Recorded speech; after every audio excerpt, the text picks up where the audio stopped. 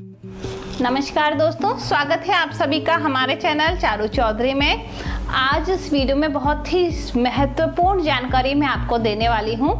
आप जानते हैं कई सारे बच्चे आजकल कैसा हो रहा है, कई सारे जो बच्चे हैं वो टॉ वॉकिंग कर रहे हैं। जो सीखते हैं वो इस तरीके से पंजों पे चलना वो सीखते हैं। शुरुआत ही वो इस तरीके की करते हैं और बाद में ये जो समस्या है वो लंबे टाइम के लिए, क्योंकि बहुत लंबे समय तक बच्चा ऐसा चलने लग जाता है तो वो हैबिचुअल हो जाता है वैसा चलने के, और वो जो आदत है वो तुड़वाने में बहुत ज़्यादा टाइम चला जाता है। मैं इस वीडियो में आपको बस यही बताऊंगी कि किस तरीके से आप जो टॉ वॉकिंग है उसको रोक सकते हैं और उसकी जगह आप बच्चे को नॉर्मल जैसे सभी चलते हैं वो चलना सिखा सकते हैं। तो देखिए, आपको जो चीज़ों पे ध्यान देना होगा वो ये है, क्योंकि मैं आपको अपना पर्सनल एक्सपीरियंस बता रही हूँ किस तरीके से हमने हमारे घर में ही, मेरी जो भांजी है मेरी दीदी की बेटी, वो इस तरीके से उसने क्या किया था। सबसे पहले उसकी आदत थी जैसे कुछ पकड़ के खड़ी होती थी। जब वो 1 साल की हुई थी, लगभग 7-8 महीने से उसने थोड़ा बहुत पकड़ के खड़ा रहना शुरू किया था और फिर उसके बाद में वो पकड़ के चलती थी। जब वो चलती थी तो पंजों पे के बल चलती थी। उसने शुरुआत ही ऐसी करी। तो अभी 2 महीने का मैंने टाइम लिया है। 2 महीने के अंदर में बच्चा जो कि ऐसे चल रही थी काफ़ी लंबे टाइम से, लगभग वो 3 साल की हो गई है, 2.5 साल तक वो बिल्कुल उसी तरीके से चल रही थी। उसके बाद में क्योंकि फिर हमको ऐसा थोड़ा लगने लग गया कि पता नहीं बच्चा सही से चल पाएगा कि नहीं चल पाएगा, क्या वो ऐसे ही चलेगी। डॉक्टर से कंसल्ट किया। फाइनली जो भी पेरेंट्स इस समस्या से जूझ रहे हैं या फिर उनको ऐसा लग रहा है कि बच्चे ने शुरुआत में कुछ स्टेप्स रखना शुरू किया है और वो जो बच्चा है वो पंजों पर चल रहा है, तो आपको अभी से ध्यान दे देना चाहिए। क्योंकि अगर ये शुरुआत है तो बिल्कुल आपको टेंशन की ज़रूरत ही नहीं है। आपको उस पर कुछ काम नहीं करना है, बस आपको ध्यान देना है। पर अगर ये वीडियो स्पेशली उन लोगों के लिए है जिन बच्चों ने स्टार्ट कर दिया है ऐसा चलना, क्योंकि अगर जो बच्चा चलना सीख रहा है आपका और वो क्या कर रहा है, पंजों पर खड़ा हो जाता है, तो बहुत ध्यान दीजिए। क्योंकि देखिए, कई सारे हमने तो बहुत ज़्यादा फुल कंसंट्रेशन उस पर दिया था और 2 महीने में उसको नॉर्मल चलना सिखा दिया। परंतु अगर आपने अभी से ही बच्चा चल रहा है और आप ध्यान नहीं दे रहे हैं, फिर उसके बाद में 3-4 साल के बाद में, क्योंकि जो हड्डियां हैं वो मजबूत हो जाती हैं, बच्चे को आदत पड़ जाती है वैसे ही चलने की, फिर उस आदत को तुड़वाना कम समय में बहुत मुश्किल होता है। देखिए, अभी हमको बहुत मसाज करनी पड़ी, शूज़ बनवाने पड़े स्पेशल डॉक्टर से उसके लिए, और बहुत सारा उसको चलाने की प्रैक्टिस करवाते थे। तो बहुत सारी चीज़ें हमको करनी पड़ी थी अपने घर में जो हमारी बेबी है उसके लिए। अभी आपका बच्चा अगर अभी स्टार्टिंग में चल रहा है तो आपको कुछ भी नहीं करना है, बार बार उसको इस तरीके से खड़ा करना है नॉर्मल, और फिर उसको पकड़ के सिखाना है। तो यहाँ पे क्या होगा, जो बच्चे जल्दी सीख रहे हैं, चलना सीख रहे हैं अभी और इस तरीके से चल रहे हैं, तो आपको कोई प्रॉब्लम नहीं होगी। बच्चा जल्दी से उसको रिकवर कर लेगा। अगर उसको ऐसी आदत भी है तो वैसी की वैसी उतनी ही जल्दी छूट जाएगी।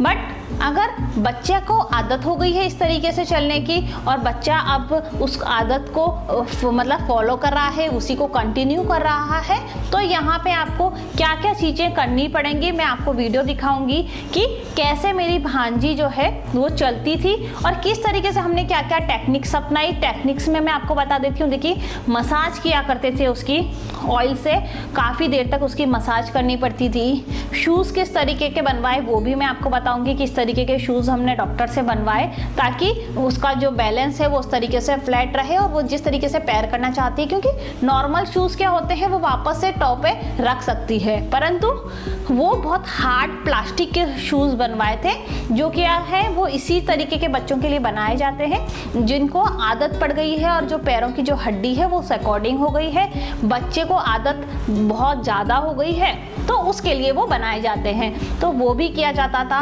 और किस तरीके से हम उसको चलाने की प्रैक्टिस करते थे वो सारी इस वीडियो में मैं आपको बताऊंगी। उम्मीद करती हूँ ये वीडियो जो है वो आपके लिए बहुत ही यूज़फुल रहेगी। क्योंकि कई सारे बच्चे इस तरीके से चलते हैं। डॉक्टर से जब मैंने बात की तो कह रहे थे कि आजकल बहुत ज़्यादा मात्रा में ऐसे केसेस आते हैं कि पेरेंट्स जो हैं वो बच्चे को लेके आते हैं कि बच्चा जो है वो इस तरीके से चलता है। तो देखिए हम लोग भी बहुत परेशान रहे, यही इसीलिए मैं आपके साथ में शेयर करूँगी ताकि आप परेशान ना रहें। मेरी भांजी का इस तरीके से चलने का कारण ये था, डॉक्टर्स कहते हैं जैसे बच्ची जो थी वो कुपोषित थी। क्यों कुपोषित हुई? क्योंकि वो प्री मैच्योर बेबी है, तो उसका एक्स्ट्रा केयर करने की ज़रूरत पड़ी हमको। क्योंकि वो 7 मंथ में हो गई थी, बहुत जल्दी हो गई थी, प्री मैच्योर थी।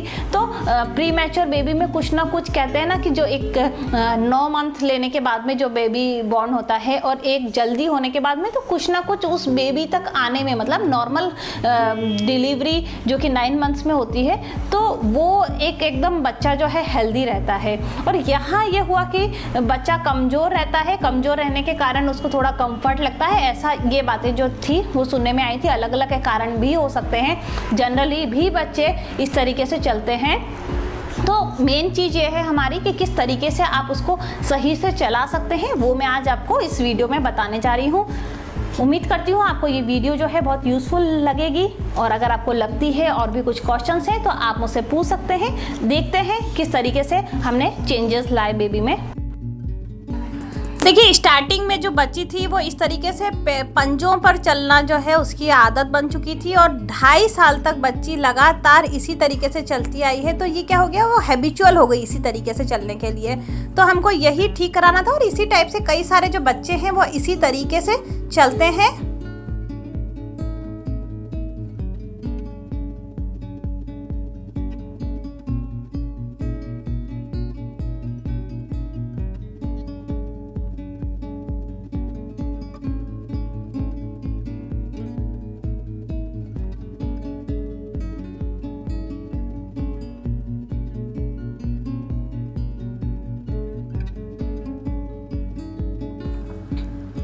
देखिए बच्ची की आपको इस तरीके से मसाज करनी है, कोशिश करनी है कि देखिए यहाँ पर जो बच्चे को बहुत टाइम से ऐसे चलने की आदत पड़ चुकी है वो तुड़वाने के लिए आपको उसको पीछे की साइड में पैर को ले जाना है, और ऐसी मसाज आपको डेली सुबह दोपहर शाम जितना भी टाइम मिलता है उतनी बार आपको कोशिश करनी है इस तरीके से कि आप मसाज करें बच्चे के।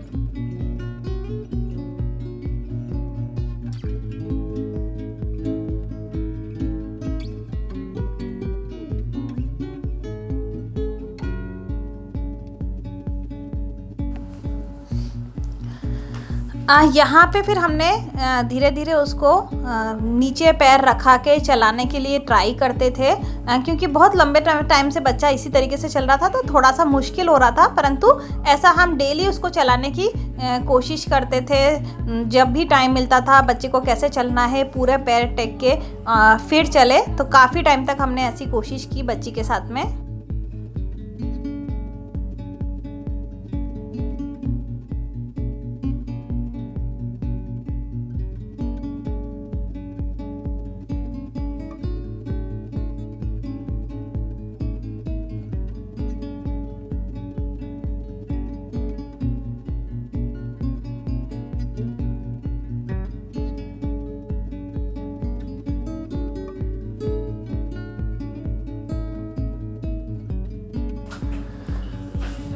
उसके बाद नॉर्मल सैंडल पहनाने की कोशिश की, जिसमें थोड़ी सी दिक्कत होती थी। फिर से मतलब उतने पैर तो ऊपर नहीं रह पाते थे, परंतु फिर भी काफ़ी कोशिश की थी, थोड़े से बेटर रहते थे नंगे पैर की तुलना में। परंतु फिर भी हमारी जो कोशिश थी वो पूरी तरीके से सफल नहीं हो पा रही थी। पर बाकी टाइम में हम इस तरीके के जो नॉर्मल शूज़ होते हैं, सैंडल होते हैं, वो पहनाने की कोशिश की। उसके बाद देखिए ये जो शूज़ है ये हमने डॉक्टर से बनवाए थे और ये शूज़ हमने उसको काफ़ी लंबे टाइम तक, 2 महीने की जो हम बात कर रहे हैं, 2 महीने तक हमने जब भी समय मिला इस तरीके के जो शूज़ थे वो पहना के बाहर ले जाते थे, घर में भी रखते थे। यहाँ देखिए ये 2 महीने बाद की हमारी मेहनत है कि बेबी जो है वो बिल्कुल अच्छे से चल पा रही है और एकदम नॉर्मल बच्चे जैसे चलते हैं वैसे उसने चलना शुरू कर दिया और अभी काफ़ी बेहतर होता जा रहा है दिन प्रतिदिन, एकदम नॉर्मल वो चलने की कोशिश कर पा रही है। दोस्तों उम्मीद करती हूँ कि ये वीडियो जो है आपके लिए काफ़ी हेल्पफुल रही होगी। आपने वीडियो में देखा कि हमने पहले मसाज की, ऑयलिंग से काफ़ी देर तक उसकी मसाज की हमने। उसके बाद में हमने उसका कमर पे भी थोड़ा सा इफेक्ट हो रहा था क्योंकि जब वो पैर सीधा रखना चाह रही थी तो कमर से लेके पूरी बॉडी की मसाज करनी पड़ी। उसके अलावा हमने उसको शूज़ पहनाए। आपने देखा शूज़ किस तरीके से बने हुए थे, डॉक्टर से हमने सजेस्ट करके फिर बनवाए।